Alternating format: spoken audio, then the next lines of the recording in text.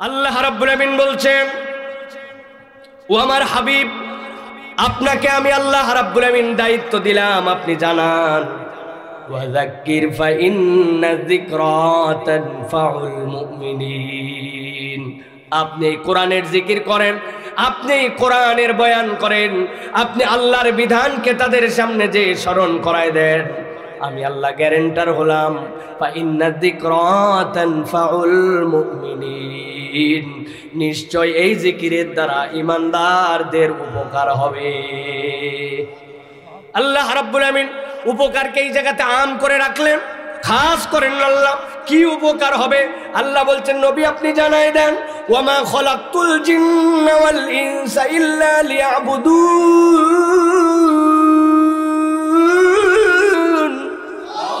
আল্লাহ বলছেন, নবী আপনি জানাই রাখেন, নিশ্চয় আমি জিন আর ইনসানকে কেবলমাত্র আমার জন্য, আমার ইবাদতের জন্য সৃষ্টি করেছি।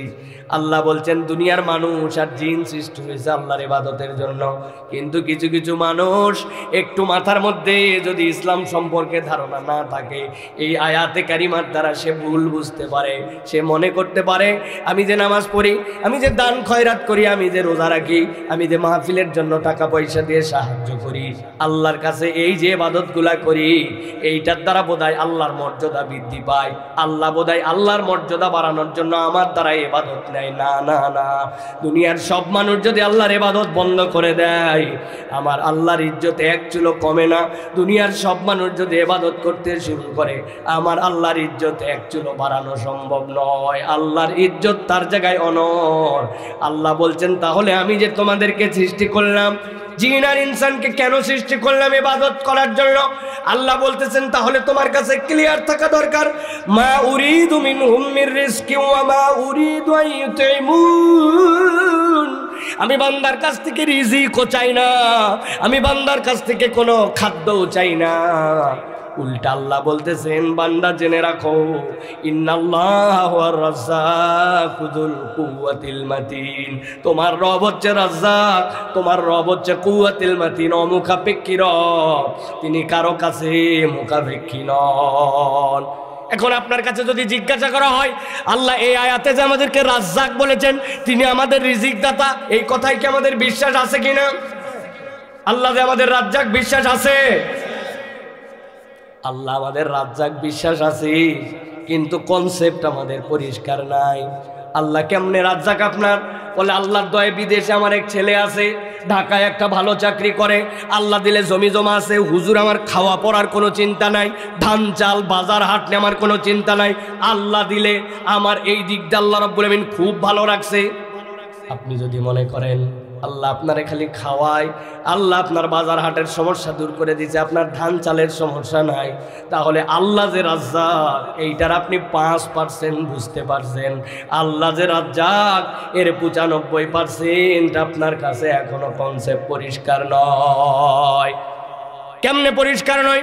আল্লাহ কেমন রাজ্জাক আপনি নিজের দিকে তাকান। আল্লাহ রাব্বুল আমিন আপনাকে রিজিক দিচ্ছেন কিভাবে? এই যে আমার যে গোঁফ, প্রত্যেক বৃহস্পতিবার আমার গোঁফ কাটা লাগে, বড় হয়ে যায়, কিন্তু একবার কোনোদিন বান্দা ভাবলো না গোফের থেকে মাপ দিয়ে 4 আঙ্গুল মাপলে এই গোফ থেকে উপরে আমার ভুরুর লোমগুলাও ওঠে, ভুরুর লোমগুলা তো আমার কাটা লাগে না, কিন্তু গোফ তো আমার দৈনন্দিন বড় হয়ে যায়।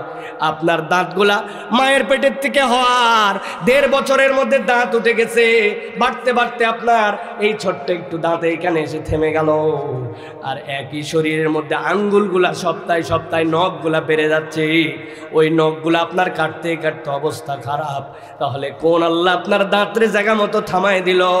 কোন আল্লাহ আপনার ভুরুর চুলে জায়গা মতো থামায় দিল? আর কোন আল্লাহ আপনার নখগুলাকে বাড়ায় দিল? আপনি চিন্তা করছেন আল্লাহ বোধহয় আমারে খালি খাওয়ায়, এইটুকুই বোধহয় তিনি রাজ্জাক। না না না, আল্লাহ রাব্বুল আমিন বান্দার জীবনে যা দেন সবগুলাই তিনি রাজ্জাক, রব হিসাবে দেন।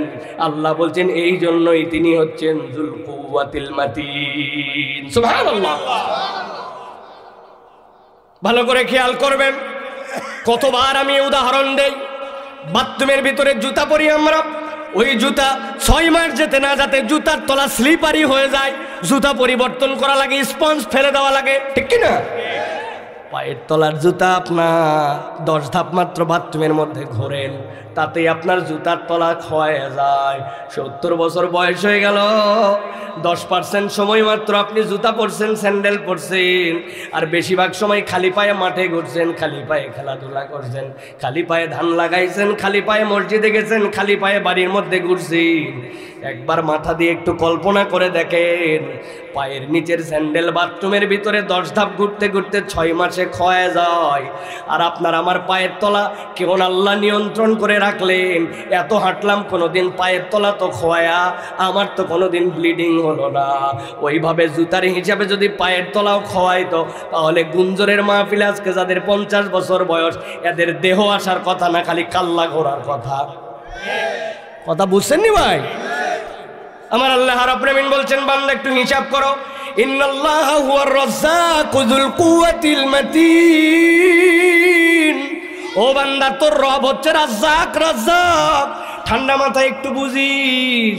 তোর গাড়ির সামনে যে ড্যাশবোর্ড পরিষ্কার করার জন্য ওয়াইফার লাগানো থাকে, চাপ দেওয়া লাগবে, ধুলায় ময়লা হয়ে গেছে, পাশের গাড়ির থেকে ছিটায় এসে ময়লা পড়ে গেছে, হঠাৎ করে চাপ দিয়ে দেখে পানি নাই, ভিতরে 3 লিটারের ট্যাঙ্কি থাকে, আবার পানি রিজার্ভ থেকে দেওয়া লাগে, তারপরে পুশ করে আপনি আপনার গ্লাস ধুতে পারবেন।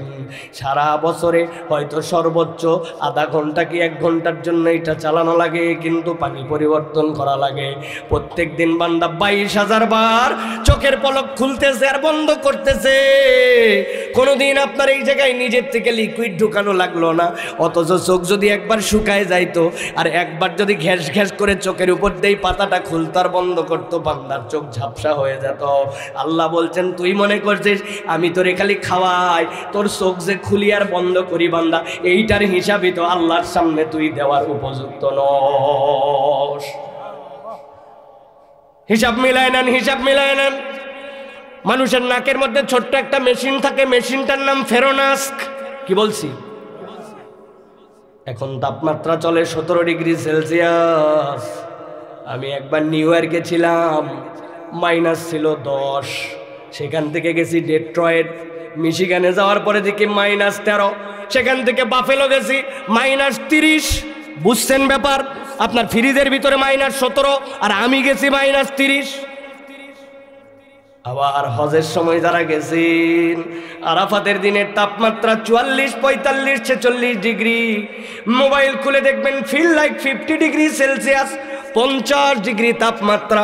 এখন বান্দার বুক তো অপরিবর্তিত, এই লাঞ্চের ভিতরে তো তার জন্য নাক দিয়ে নিঃশ্বাস যায়।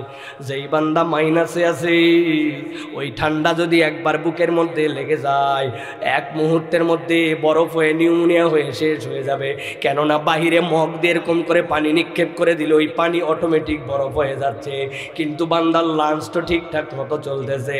আবার যখন 50 ডিগ্রি, তখনও তো আবার ঠিকঠাক মতো চলতেছে। তখন এত গরম, ওই নিঃশ্বাস যেহেতু তার লোহিত কণিকা, রক্তের শ্বেত কণিকা সবগুলাকে শেষ করে ফেলার কথা। বিজ্ঞানীরা বলতেছেন মাইক্রো সেকেন্ডের মধ্যে ফেরোনাস ছোট্ট একটু একটা কনভার্টার মেশিন আল্লাহ লাগায় রাখছেন। 1 মুহূর্ত দেরি হয় না, বাহিরের তাপমাত্রা মাইনাস না প্লাস, এইটা দেখার বিষয় নয়। ওই বান্দার দেহের জন্য যতটুকু কনভার্ট করে দিলে তার লাংটা ঠিক থাকবে, তার ফুসফুস ঠিক থাকবে, আল্লাহ সেইটুকুকে কনভার্ট করে ঢুকায় দেয়। আপনি আপনার মেশিন অল্প দিনের মধ্যে মেনটেনেন্স করা লাগে, মোবাইল পরিবর্তন করা লাগে, অল্প দিনের মধ্যে আপনার জন্য কত ধরনের ফিল্টার চেঞ্জ করা লাগে। জন্মের পরের থেকে আমি সারা জীবন পার করে ফেললাম, আল্লাহ বলতেছেন কোনো পরিবর্তন করা লাগলো না। তুই বান্দা মনে করছিস তোরে আল্লাহ খালি খাওয়ায়, এইটুকুই বোধহয় রাজ্জাক। আল্লাহ বলছেন, ইন্নাল্লাহা হুয়ার রাজ্জাকু যুল কুওয়াতিল মাতিন। তুই তোর রব রাজ্জাককে চিনতে পারিস নাই।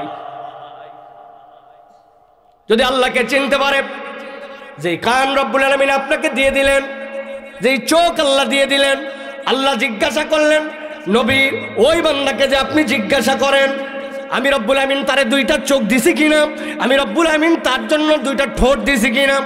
আল্লাহ রব্বুল আমিন বান্দাকে জিজ্ঞাসা করতে বলেছেন। এর মানে কি? আল্লাহ তো চোখ দিছেনি, কিন্তু এই চোখের মেনটেনেন্স নিয়ে তোমার চিন্তা করা লাগে না, কানের মেনটেনেন্স নিয়ে তোমার চিন্তা করা লাগে না। আল্লাহ বলছেন বান্দাকে বুঝায় দেন যে আল্লাহ হচ্ছেন রাজ্জাক। চলেন এবার পেছন দিক থেকে সামনে যাই। 4টা আয়াতে আল্লাহ নিজের পরিচয় দিলেন রাজ্জাক, মনে থাকবে তো? আল্লাহ বলছেন তার আগের আয়াতের মধ্যে, মা উরিদু মিনহুম মির রিজকিন, তাদের কাছে কোনো রিজিক আমি চাই না। ওয়া মা উরিদু মিনহুম আইয়ুতঈমুন, আমি তাদের কাছে কোনো খাদ্যও চাই না। তার উপরের আয়াতে আল্লাহ বললেন, ওয়া মা খলাকতুল জিন্না ওয়াল ইনসা ইল্লা লিয়াবুদুন, আমি জিন আর ইনসানকে কেবল আমার ইবাদতের জন্য সৃষ্টি করেছি। তার উপরের আয়াতে আল্লাহ বললেন, ওয়া যাক্কির ফা ইন্না যিকরা তানফাউল মুমিনিন, আপনি এই জিকির করেন, এই কোরআন জানান, কোরআনের আয়োজন অব্যাহত রাখেন, এই মাজালিসুজ জিকির কায়েম করেন, নিশ্চয়ই আল্লাহ এর দ্বারা উপকার দিবেন। উপকারকে আল্লাহ এই জায়গাতে আম করে রাখছেন, কি কল্যাণ দিবেন আল্লাহ প্রকাশ করেন নাই। আর শেষের আয়াতে বলছেন আল্লাহ হচ্ছেন রাজ্জাক, তার মানে আল্লাহ বান্দার যত ধরনের কল্যাণ লাগবে সবগুলাই বান্দার জীবনে দিয়ে দিতে পারেন। কার জানি বাচ্চাটা কথা শোনে না, কার যেন স্বামী স্ত্রীর মধ্যে বনিবনা হয় না, কার যেন যা কামাই রুজি করে সেইটাতে হয় না। এমন গোপন রোগ আছে যে গোপন রোগটা ডাক্তারের কাছে বলার পরেও সারে না। এমন ধরনের পারিবারিক সমস্যা আছে, দুনিয়ার মানুষ উপরে দেখে হাসি, ভিতরে ভিতরে জ্বলে জ্বলে শেষ হয়ে যায়। দুনিয়ায় এত উপকার করে, যে পরিমাণ ইজ্জত পাওয়ার কথা সে পরিমাণ ইজ্জত পায় না, স্বামী স্ত্রীর বনিবনা যায় না। আপনার হেন কোনো সমস্যা নাই যেই সমস্যায় মানুষ নাই। আল্লাহ বলছেন আমি কোনো সমস্যাকে স্পেসিফিক করলাম না, তবে আমি রাজ্জাক, তোর সবগুলা পূরণ করতে পারি। আর আমি জানাই রাখলাম ফাইন্না যিকরা তানফাউল মুমিনিন, এই জিকিরের দ্বারা আল্লাহ যেমন ইচ্ছা তেমন তোর জন্য কল্যাণ দিয়ে দিবেন। সুবহানাল্লাহ। তাহলে এবার বুঝে থাকলে বলেন, এই যে বসলাম এসে, আর কেউ বসলো না, এই দুই দল এক তো না, তারা টোটা ফাটা নানান অজুহাতে দুনিয়াবি কারণে এরকম আয়োজন হওয়ার পরে আসলো না। আর যারা আসলো দুই দল এক নয় ভাই। ঘরে থাকতে পারতেন। এখানে যারা আছেন তাদের হাতেও অ্যান্ড্রয়েড ফোন আছে, এখানে যারা আছেন তাদেরও বাড়িতে যায় শুয়ে থাকলে কেউ কিচ্ছু বলতে পারতো না। এখানে যারা আছেন মিশামিশি এক গন্ডগোলের অজুহাতে বাইকবাজি করে ওই জায়গাতে যায় হ্যাডম দেখানো, এখানকার লোকও পারতেন। কিন্তু আল্লাহ যাদের দিলের মধ্যে কোরআনের মহাব্বত দিছেন, আর আল্লাহ যাদেরকে বিবেচনা করেছেন যে আজকের মজলিসে আনবেন, তারাই কেবল ভিতরে আসতে পারছে। ঠিক কিনা? মনে রাখেন, সহজ বিষয় নয়, সস্তা বিষয় নয়। নিজের ইচ্ছায় সবকিছু করা যায় না।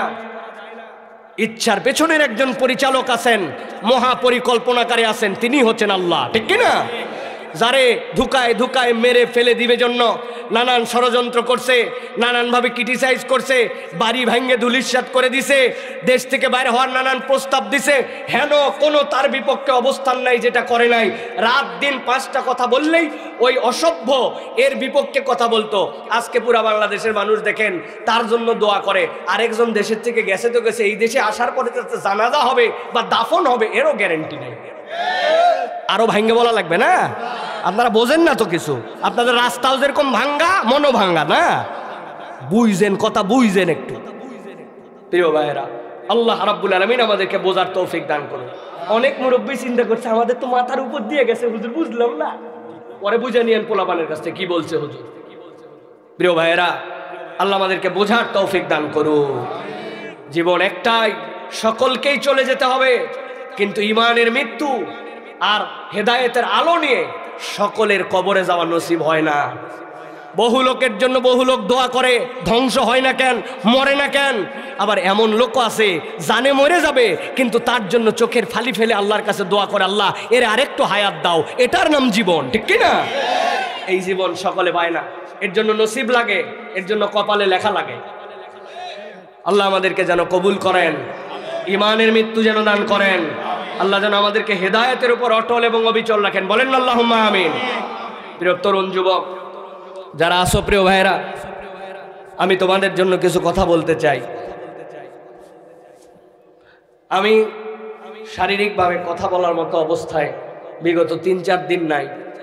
এত শরীরটুকু খারাপ করে নিউমোনিয়ার মতো হয়ে গেছে।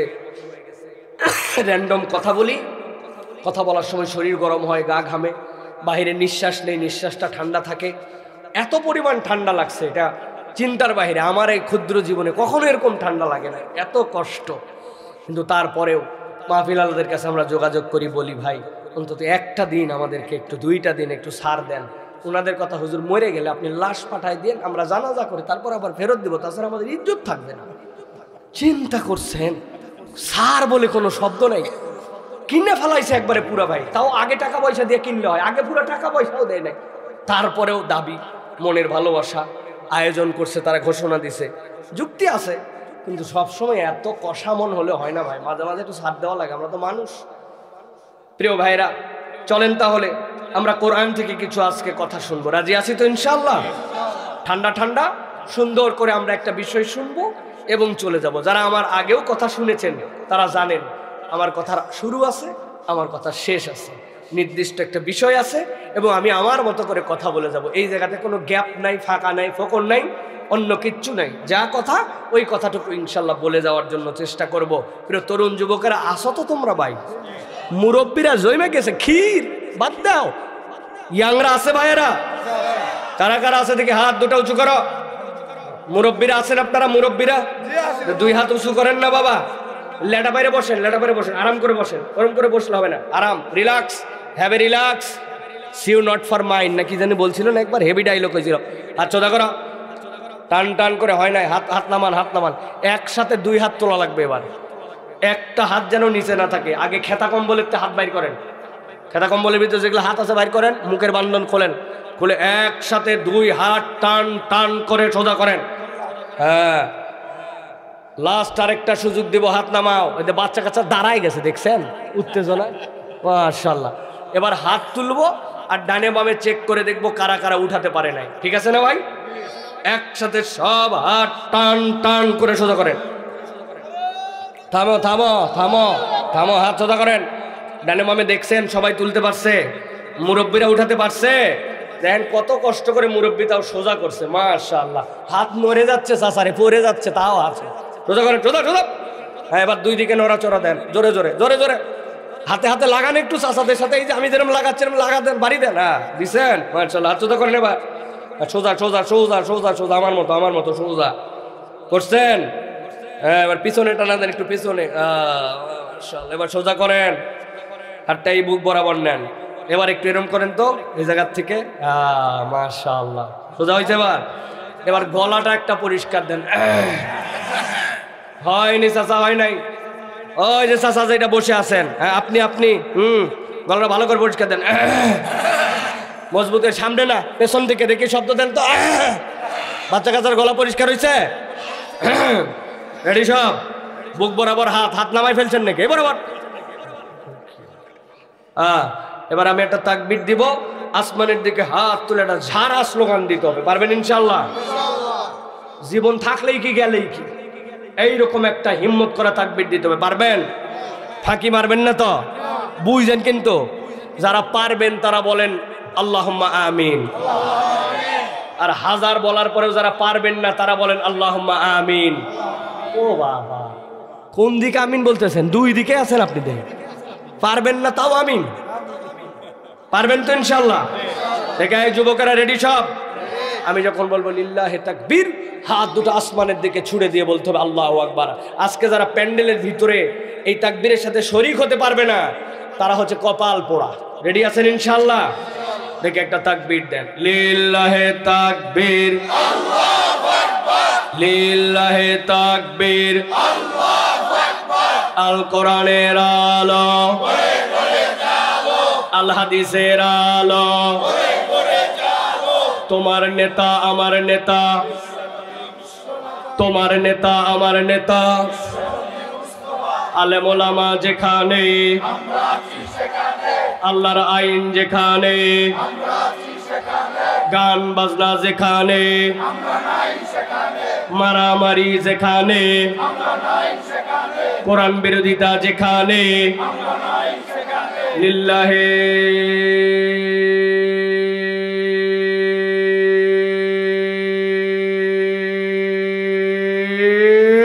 তাকবীর।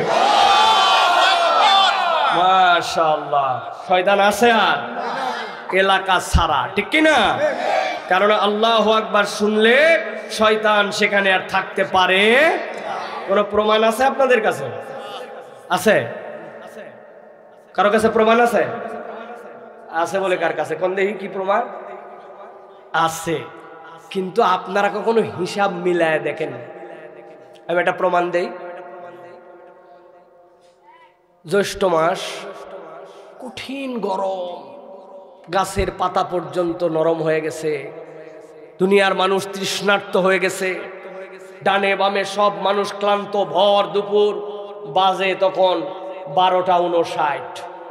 একটা বাজতে কয় মিনিট বাকি? একটা বিরাট বড় বালুর ঢিপি, ঢিপির উপরে একটা গাছ আছে, ওই গাছের পাশেই বালুর ঢিপির মধ্যে একটা আদা মরা হয়ে কুত্তা শুয়ে আছে, কাত হয়ে জিবা বাইর করে দিছে, আছে না? বাজে কত? 12টা। এটা 30 সেকেন্ড পার হয়েছে যে, আর মাত্র 30 সেকেন্ড বাইজে গেছে একটা। হঠাৎ করে আপনার গুঞ্জরের মসজিদ থেকে দেখবেন মুয়াজ্জিন জোহরের আজান দিছে, আল্লাহু আকবার আল্লাহু আকবার।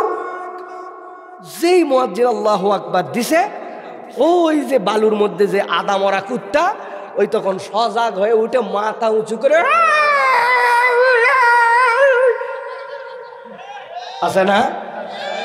কিরে মরা কুত্তা, তুই জিব্বা বাইর করে দিছিস, এতক্ষণ পরে হঠাৎ করে তুই উঠে কিরে, আছে কিনা? কেন? নবীজি বলছেন আল্লাহু আকবারের ধ্বনি শুনলে শয়তান একটা আলোর মতো করে পালায়া যায়, ওটা তুমি দেখো না, ওইটা কুকুর দেখে। আল্লাহ আমাকে জানাইছেন ওইটা দেখে কুকুরও তাকে অভিশাপ দেয়, এই জন্য হাউ হাউ করে। আল্লাহু আকবার। সকালবেলা মোরগ ডেকে উঠে, সুবহান কুদ্দুস। আমি বুঝি মা, আমি মনে করি কোকরক, ওই কোকরক বলে না, ও দেখে আল্লাহর ফেরেশতা নামতেছে আমল নামা নিয়া, আরেক দল উঠে যাচ্ছে, ওইটা দেখে সে আল্লাহর ফেরেশতার আলো দেখে তখন সে আল্লাহকে প্রশংসা করে সুবহান বলে। সুবহানাল্লাহ। প্রমাণ আছে, কিন্তু আমরা জানি না, ঠিক কি না? তাহলে প্রিয় ভাইয়েরা, আজকে আমরা কোরআনুল কারীম থেকে কিছু কথা শুনবো ইনশাআল্লাহ। চলেন আমরা কোরআনুল কারীমে প্রবেশ করব, বিতাড়িত শয়তান থেকে আশ্রয় প্রার্থনা করে সমস্যারে। বেশিক্ষণ কিন্তু আমি আপনাদের কাছে সময় দিব না, ঘন্টা দুয়েকের মতো আলোচনা করে চল, নাকি ভাই? ঘন্টা দুয়েক না, এত সময় আলোচনা করা যাবে না। আমরা অল্প সময় কিছু কথাবার্তা শুনবো ইনশাআল্লাহ। আল্লাহ যেন আমাদেরকে কথাগুলির উপর আমল করার তৌফিক দান করেন। বিতাড়িত শয়তান থেকে আশ্রয় প্রার্থনা করে আমরা সকলেই সমস্যারে আল্লাহ রাব্বুল আলামিনের জন্য আমরা নিবেদিত হয়ে একসাথে আমরা সকলে পড়ি। চলেন, আউযু বিল্লাহি মিনাশ শাইতানির রাজিম, বিসমিল্লাহির রাহমানির রাহিম, ইন্নাল মুত্তাকিনা ফি জান্নাতিন ওয়া উয়ুন, উদখুলুহা বিসালামিন আমিনিন, ওয়া নাযআনা মা ফি সুদুরিহিম মিন গিল্লিন ইখওয়ানান আলা সুরুরিম মুতাকাবিলিন। আল্লাহ রাব্বুল আলামিন বলছেন, ও আমার হাবিব, আপনার কাছে আমি আপনার উম্মতকে কতটুকু মূল্যায়ন করলাম।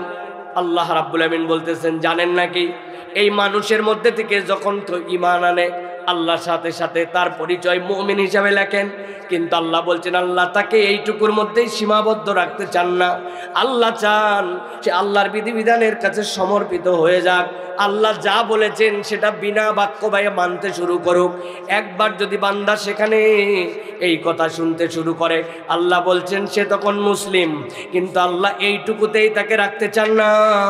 আল্লাহ বলেন আমি একটা বাউন্ডারি ওয়াল দিছি, হুদুদ, ওই হুদুদটা হচ্ছে আমার নিষেধাজ্ঞার হুদুদ। আমি আল্লাহ বান্দার কাছে চাই ওই হুদুদকে কখনো যেন অতিক্রম না করে, আমি যা নিষেধ করেছি সেখান থেকে যেন সে নিজেকে সরায় নেয়। একবার যদি এই গ্রেডে উপস্থাপিত নিজেকে সে করতে পারে তাহলে সে তখন মুত্তাকি হয়। আর আল্লাহ বলছেন এটাই কেবল তার চূড়ান্ত গ্রেড নয়, আমি চাই এর উপরে সে উঠুক। কোন অবস্থাতে আল্লাহ যেইটা করতে নিষেধ করেছেন সেখান থেকে নিজেকে সরায় রাখে, আল্লাহ যেইটা করতে বলেছেন সেটা তো করে, সাথে সাথে অতিরিক্ত এমন কিছু ভালো কাজ করে যেইটা করলে আল্লাহ খুশি হয়। আল্লাহ বলছেন ওই বান্দা তখন মুমিন থেকে মুসলিম, মুসলিম থেকে মুত্তাকি, এখানেই থেমে থাকে না। আল্লাহর দপ্তরে তখন ওই বান্দাটা মুহসিন হিসাবে পরিচিত হয়ে যায়। সুবহানাল্লাহ। আল্লাহ বলছেন নবী জেনে রাখেন, ইন্নাল মুত্তাকিনা ফি জান্নাতি ওয়া উয়ুন, যারা মুত্তাকি হবে আমি রব্বুল আমিন তাদেরকে জান্নাতি কেবল দিব না, সেখানে তাদের জন্য ঝর্ণাধারার ব্যবস্থা থাকবে। তাদেরকে ডাক দিয়ে বলা হবে উদখুলুহা বিসালামিন আমিনিন, নিরাপত্তার সাথে তোমরা এখানে প্রবেশ করো।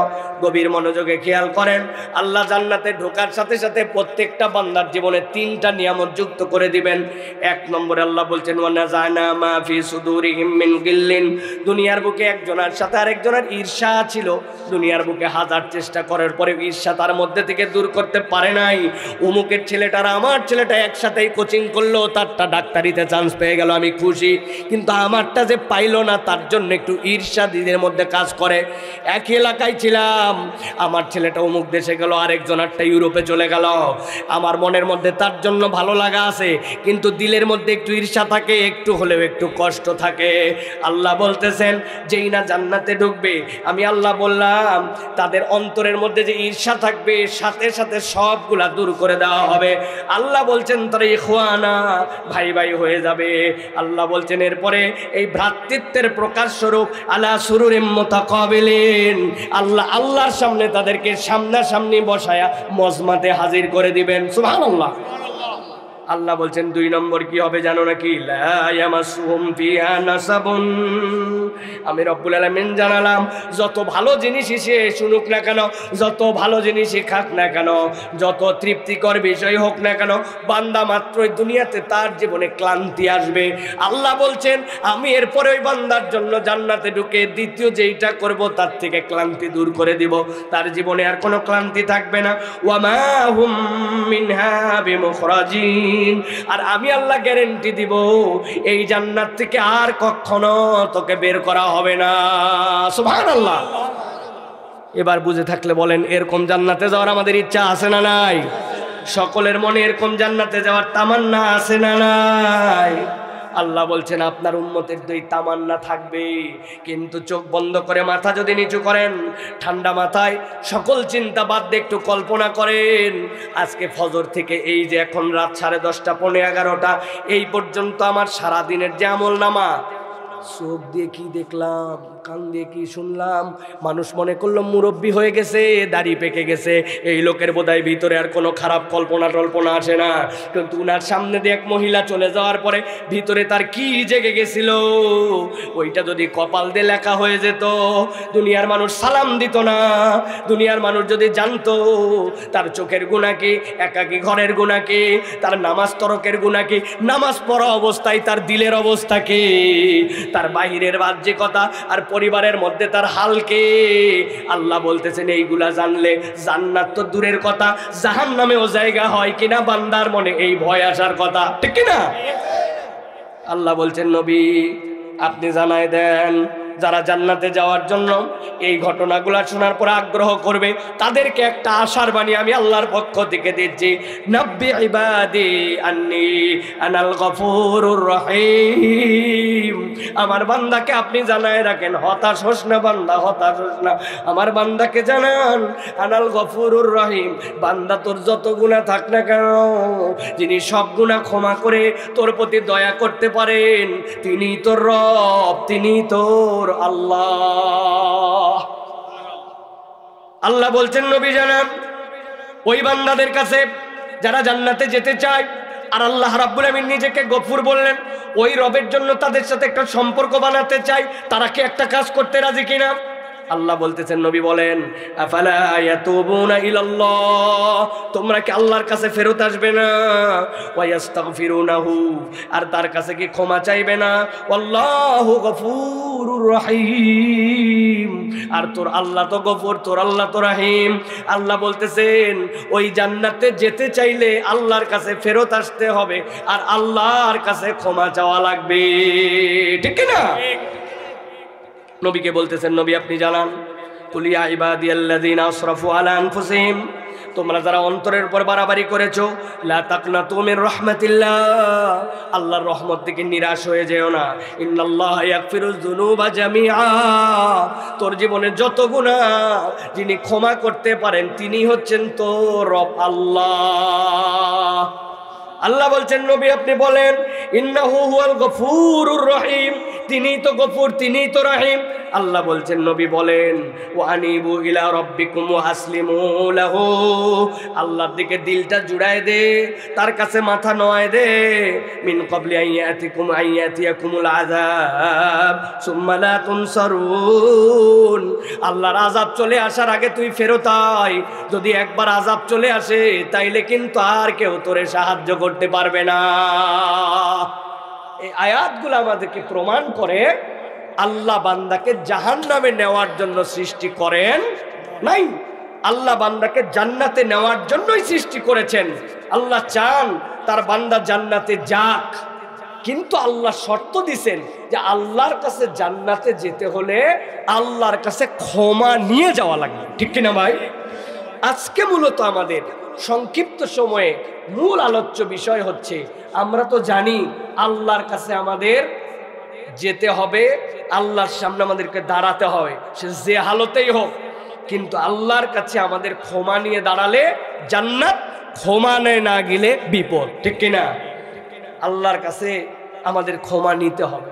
কিন্তু আমরা যদি বলি ভাই আল্লাহর কাছে যে আমরা ক্ষমা পাবো, এটার উপায়গুলা কি কি বলেন তো ভাই? আল্লাহর কাছে ক্ষমা লাভের উপায় কি? আমরা যা বলবো এইগুলা সবগুলো এলোমেলো, এক একজন এক একটা বলতে পারি নিজেদের বুদ্ধি বিবেচনা খাটায়। আমি মূলত আজকে যে কথা বলতে চাই প্রিয় ভাইরা, ভেরি ইম্পর্টেন্ট একটা আমরা মনে করি টপিক, সেটা হচ্ছে আল্লাহর কাছে ক্ষমা পাইতে হবে, কিন্তু এই ক্ষমা লাভের কতগুলো উপায় আছে যেটা আল্লাহ আবার কোরআনে এবং নবীর মাধ্যমে হাদিসে জানায় দিয়েছেন। আজকে সংক্ষিপ্ত সময়ে আমরা কোরআন হাদিসের নির্যাসের আলোকে ক্ষমা লাভের মূল উপায় হচ্ছে 5টা। এই 5টা বিষয় শুনবো, মানার নিয়ত করে চলে যাব। তাহলে বলতে হবে কোরআন হাদিসের নির্যাসে ক্ষমা লাভের মৌলিক উপায় কয়টা? সবাই বলে নাই ভাই, একটু দিল দিয়ে বলতে হবে আপনাদেরকে, ক্ষমা লাভের মৌলিক উপায় কয়টা? হাতগুলা নিচে নামান, সবগুলো রেডি করেন হাত। আমি যখন বলবো কয়টা, একসাথে হাত তুলে দেখাতে হবে। রেডি? পারবেন না ভাই? বলেন তো তাহলে, ক্ষমা লাভের মৌলিক উপায় কয়টা? সব হাত ওঠে নাই, আরেকবার শেষ সুযোগ দিলাম, সব হাত একসাথে তুলবেন। ক্ষমা লাভের মৌলিক উপায় কয়টা? কয়টা? মাশাআল্লাহ, এই 5টা। ভাই এটা একটু সরান তো, এটা একটু সরান। জি, আর আপনি একটু পকেট চেক করে দেখেন তো, অনেকগুলো প্রশ্ন দিয়েছিল আপনাদের এলাকায়, প্রশ্ন উত্তরগুলা আছে কিনা পকেটের মধ্যে, প্রশ্ন উত্তরগুলা দিয়ে যাবো ইনশাআল্লাহ। বসেন। তাহলে আমরা ক্ষমা লাভের মৌলিক উপায় কয়টা বলবো আজকে? 5টা। আমরা এটা খালি শুনবো না মানার নিয়ত করে যাব? ইনশাআল্লাহ। সবাই আওয়াজ করে বলেন ইনশাআল্লাহ। আল্লাহ কবুল করুন। বসেন বসেন বসেন বসেন।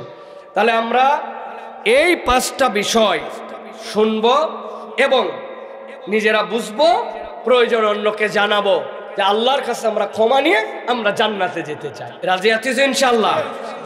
1 নম্বরে, বান্দা যদি আল্লাহর কাছে ক্ষমা চায় তাহলে ওই বান্দার জীবনে প্রথম যে ক্ষমা লাভের উপায় সেটা হচ্ছে ঈমান এবং নেক আমল। একসাথে বলতে হবে, ঈমান নেক আমল। ঈমান মুখস্থ করতে হবে, আমি কিন্তু ধরবো আবার, ঈমান নেক আমল। আল্লাহ রাব্বুল আমিন বলছেন, ওয়াদাল্লাহুল লাযীনা আমানু ওয়া আমিলুস সালিহাতি মিনহুম মাগফিরাতাও ওয়া আজরান আযীমা। আল্লাহ বলছেন, দুনিয়ার মানুষও মানুষের সাথে ওয়াদা করে, কিন্তু মানুষ মানুষের ওয়াদা অনেক সময় ইচ্ছা থাকলেও রাখতে পারে না। কথা ঠিক কিনা? ভুলে যায়। আপনি বাজারে যাওয়ার সময় ছেলে বলছে আমার জন্য ললিপপ আনবেন, আর একটা চকলেট আনবেন, আপনি বলছেন ইনশাল্লাহ নিয়ে আসবো। বাজার টাজার করার ঠেলায় কিসের ললিপপ আর কিসের চকলেট আপনার বাচ্চার কিন্তু আপনি বাজার থেকে ইলিশ মাছ আনছেন নাকি গরুর গোস্ত আনছেন এইগুলা টার্গেট না। ও জানে বাপ গেছে একটা ললিপপ তার দরকার, মাছ কিনছেন 5,000, কিন্তু 5 টাকার ললিপপ আনতে অনেক সময় বাপ ভুলে যায়। কথা ঠিক কিনা? বউরে বলছেন মোহব্বত খুব বাইরে গেছে, হাতের দিকে তাকায় বলছে না হারে তোমার এই বালাটা তো চিকন হয়ে গেছে ব্যবহার করতে করতে, কবে তোমার বালা দিয়েছিলাম, এবার খালি আল্লাহ দিলে ধান উঠুক আমার, এবার খালি একটু হাতে টাকা আসুক, তোমার ওই বালা আর চলবে না, নিয়ে যাই আরো কিছু সোনা যুক্ত করে ওইটা একটু মোটা করে তোমার বালা বানান লাগবে। হঠাৎ করে খবর পাইছে সোনার ভরি 2,02,000। এরপরে তো বইয়ের বালার দিকে তাকাই না। আছে না ভাই? প্রিয় ভাইরা, দুনিয়ার মানুষ এরকম ওয়াদা করে কিন্তু ওয়াদা ভুলে যায়। আল্লাহ বলতেছেন ওয়াদাল্লাহুল্লাযীনা আমানু, আমি আল্লাহ তো ওয়াদা করলাম ভুলার জন্য নয়। আমার যে ইমানদার বান্দারা থাকবে 1 নম্বর কোয়ালিটি হবে তাদের ঈমান, ওয়া আমিলুস সলিহাত। আর ঈমান আনার পরে বসে থাকবে না, ওই ঈমানের সাথে আমলে সলে করতে শুরু করবে। নবী আপনি জানায় রাখেন মিনহুম মাগফিরাতাও ওয়া আজরান আযীমা। ওর ঈমানের সাথে আমলে সলে যখন যুক্ত হবে আমি আল্লাহ অটোমেটিক তার জন্য ক্ষমা করব। আর কেবল ক্ষমাই করব না, আমি রব্বুল আমিন তার জন্য জান্নাত লিখে দিব। এখন এখানে যারা আছি আমরা তো ইমানদার মোটামুটি নাকি ভাই? আমলে সলেও তো আমরা করি, তাই তো ভাই? কি আমলে সলে করি? হুজুর নামাজ পড়ি, রোজার মাসে রোজা রাখি, হজ একবার করছি, যাকাত ফরজ হলে যাকাত দেই। আপনি আমি বিরাট ধারণা নিয়ে আসি নামাজ রোজা হজ যাকাত এইগুলাই আমাদের নেক আমল, তাই তো? সব সময় ঠিক নয়, আপনি বোঝেন নাই। নামাজ রোজা হজ যাকাত মৌলিকভাবে আপনার জন্য নেক আমল না। কি আশ্চর্য কথা! তার আবার নেক আমল কোনটা? উদাহরণ দেই, ভালো করে বুঝবেন। আপনার এলাকায় হাই স্কুল আছে তো ভাই? ড্রেস কোড আছে তো স্কুলের? স্কুলের ড্রেস সাদা শার্ট কালো প্যান্ট, টাইম আছে না স্কুলের? 8:30টার সময় স্কুলে যেতে হবে। স্কুলের পরীক্ষা আছে না? পরীক্ষা প্রথম সাময়িক, দ্বিতীয় সাময়িক, বাৎসরিক। পরীক্ষার মধ্যে পাস মার্ক নির্ধারিত আছে কিনা? 33। এখন কোনো একটা ছেলে এলাকার ভিআইপি, উনি আর অনেক ধরনের জামা কাপড়, বাপ থাকে বিদেশে, কোনোদিন লাল শার্ট কালো প্যান্ট, কোনোদিন হলুদ শার্ট সাদা প্যান্ট, উনার জ্যাকেট উনার টি শার্ট এইগুলা পরে বলছে তোদের নাই জন্য তোরা খালি সাদা শার্ট আর কালো প্যান্ট, আমার বহুত জামা কাপড়, এক এক দিন এক এক ড্রেসে যাব, স্কুল মানবে তো ভাই? বলছে আমার ঘুম ভাঙ্গে না ঠিকঠাক মতো, এই জন্য আমি 8:30টায় যেতে পারবো না, আমি 9:30টায় যাব। তোর কি মানবে তো স্কুল আলা? আপনি স্কুলের মধ্যে যাওয়ার পরে পরীক্ষায় বসেন, পরীক্ষায় 33 পান নাই, পাস মার্ক দিতে বাধ্য তো স্যার? না, উদাহরণটা এমনি এমনি দেই নাই। একটা দুনিয়াবি স্কুলের যদি টাইমের রেস্ট্রিকশন থাকে, ড্রেস কোড থাকে, পড়ালেখার পাস মার্ক থাকে, নবী বলছেন বুনিয়াল ইসলাম আলা খামসিন, ইসলাম তোমার জন্য একটা কোড অফ কমপ্লিট লাইফ, তোমার জন্য একটা জীবন বিধান, তারও কতকগুলা পাস মার্ক, তারও কতকগুলা কোড আছে। ওইটা যদি না মানো তুমি ইসলামের মধ্যেই থাকো না। ঈমান আনার পরে সালাত, এটা তোমার জন্য ঐচ্ছিক নয়, এটা তোমার জন্য ফরজ। ওই সালাত তোমার টাইমে না আল্লাহর টাইমে পড়া লাগবে। রোজা তোমার জন্য, ওইটা আল্লাহর দেওয়া খুঁটি, ওইটা যদি তোমার না থাকে তাহলে তোমার ইসলাম মানা হয় নাই। হজ যদি ফরজ হয় আর তুমি যদি না করো তাহলে ইসলামের খুঁটির মধ্যে তুমি নাই। এখন বুঝে থাকলে বলেন তো, যেই কাজ না করলে ইসলামেই থাকে না আপনার নাম, তাহলে ওইটা কি ভালো কাজ না বাধ্যতামূলক কাজ? বাধ্যতামূলক কাজ। আল্লাহ বলতেছেন ওটা তো করবেই। নামাজ রোজা যদি ভালো কাজ না হয় তো কোনটা হবে? ওইটা তো করতেই হবে। কিন্তু আমি বললাম ইন্নাল্লাযিনা আমানু ওয়া আমিলুস সলিহাত, আমার বান্দারা কেবল ওইটুকুই করে থাকে না, ওই বান্দা ঈমানের সাথে আরো নেক কাজ করে, যে এইটা করার কারণে আল্লাহ তার অটোমেটিক ক্ষমা করেন। নবী ব্যাখ্যা করেছেন,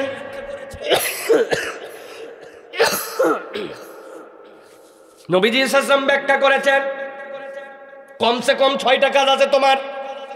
লিল মুমিনি আলাল মুমিনি সিত্তু খিসাল। হাঁচি ফেলছে আলহামদুলিল্লাহ বলছে, তুমি ইয়ারহামুকাল্লাহ বলছো, অসুস্থ হয়ে গেছে দেখতে চলে গেছো, জানাজার খবর পাইছো শরীক হয়ে গেছো, রাস্তার মধ্যে একটা কোনো কষ্টদায়ক বস্তু দেখছো, একটু চেঞ্জ করে দিছো, তুমি কষ্টদায়ক বস্তুটা তুলে দিছো, তার মানে তোমার প্র্যাকটিস কিভাবে অতিরিক্ত ভালো কাজ করা যায়। আল্লাহ বলছেন ওই অতিরিক্ত ভালো কাজের দ্বারা আল্লাহ বান্দাকে অটোমেটিক ক্ষমা করে দেয়।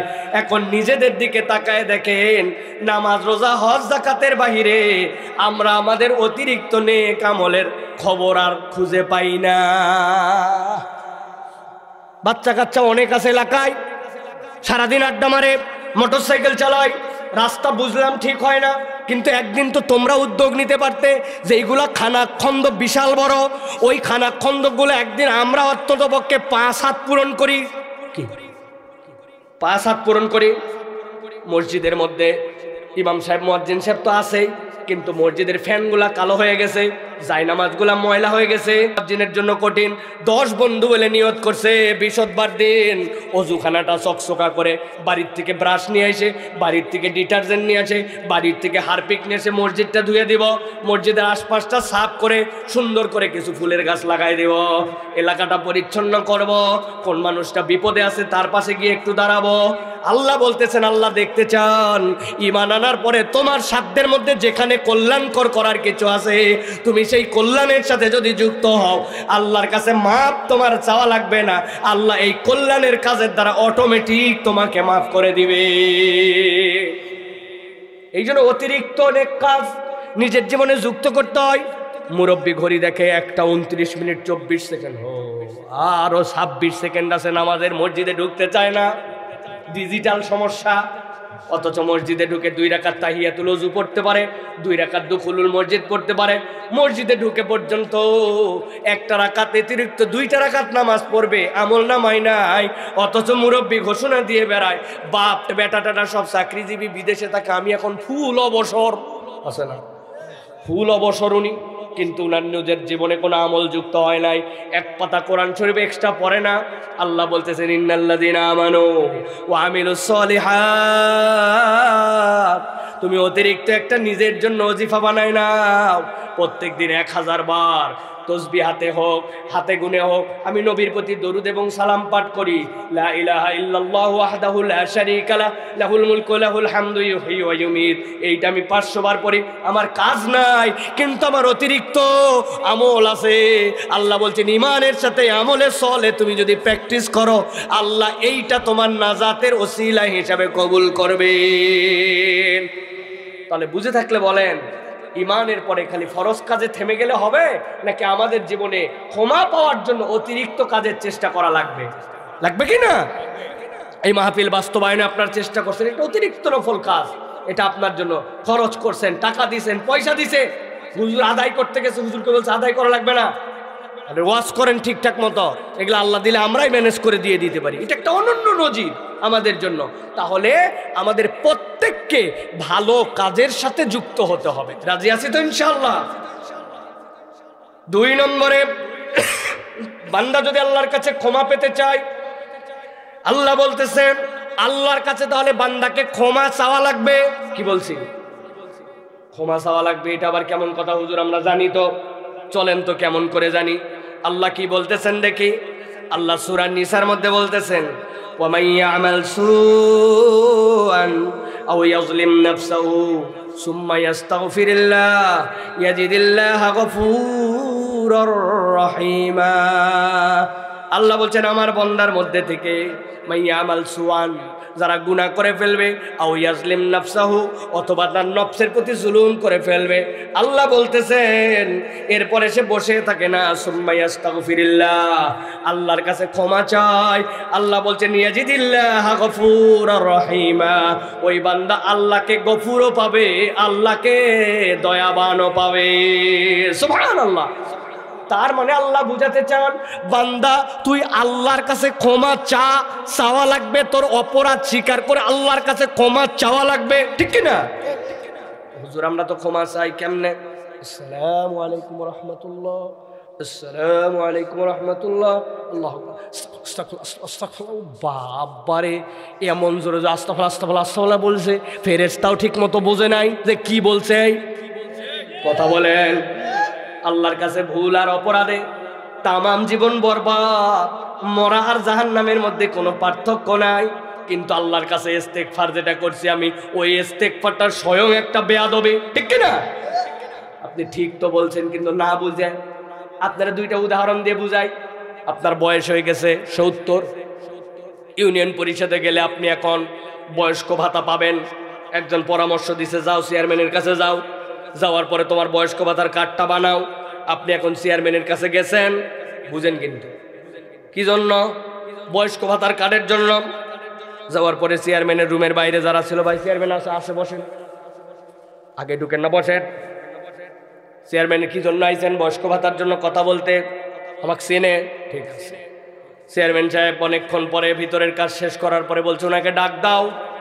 উনি চেয়ারম্যান সাহেবের গেছে বয়স্ক ভাতার আবেদন, কাজ কাম করতে পারে না। এইটা হলে তার জন্য বিরাট বড় আসান হবে, বসে বসে কিছু টাকা পাবে, বসে বসে রেশন পাবে, চাল পাবে। চেয়ারম্যানের কাছে ঘরে ঢোকার পরে, আসসালামু আলাইকুম চেয়ারম্যান, কেমন আছো? আমার কিন্তু বয়স 70 হয়ে গেছে, এখন আমার একটা বয়স্ক ভাতার কার্ড লাগবে, তুমি মেহরবানি করে দ্রুত ব্যবস্থা করো। গেলাম, আসসালামু আলাইকুম। চেয়ারম্যান বলবে পাগলাটা কোথার থেকে আসছে রে, ধর তো ধর। কি বললো রে?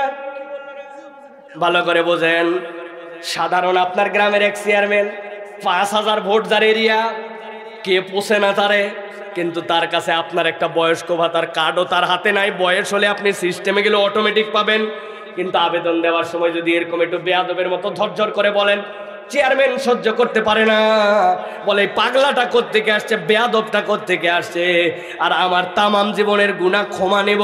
আল্লাহ বলেন আল্লাহর কাছে ক্ষমা চাওয়া লাগবে। তাহলে আমি যদি আল্লাহর কাছে বেয়াদবের মতো চাই, বুঝে থাকলে বলেন তো এইটা কি নতুন আর একটা গুনাহ কিনা? কেমনে চাইলাম? আল্লাহ বললেন কিভাবে চাইতার, আপনি কেমনে চাইলেন? আর এই চাওয়াটাই, ধরেন আপনি আপনার কোনো দারোগার কাছে গেছেন, আপনার কোনো একটা ছেলে অন্যায়ভাবে সে আটকা পড়ছে, নাম ভুলের কারণে ধরা পড়ে গেছে, থানার মধ্যে আছে, এখন দারোগার হাতে।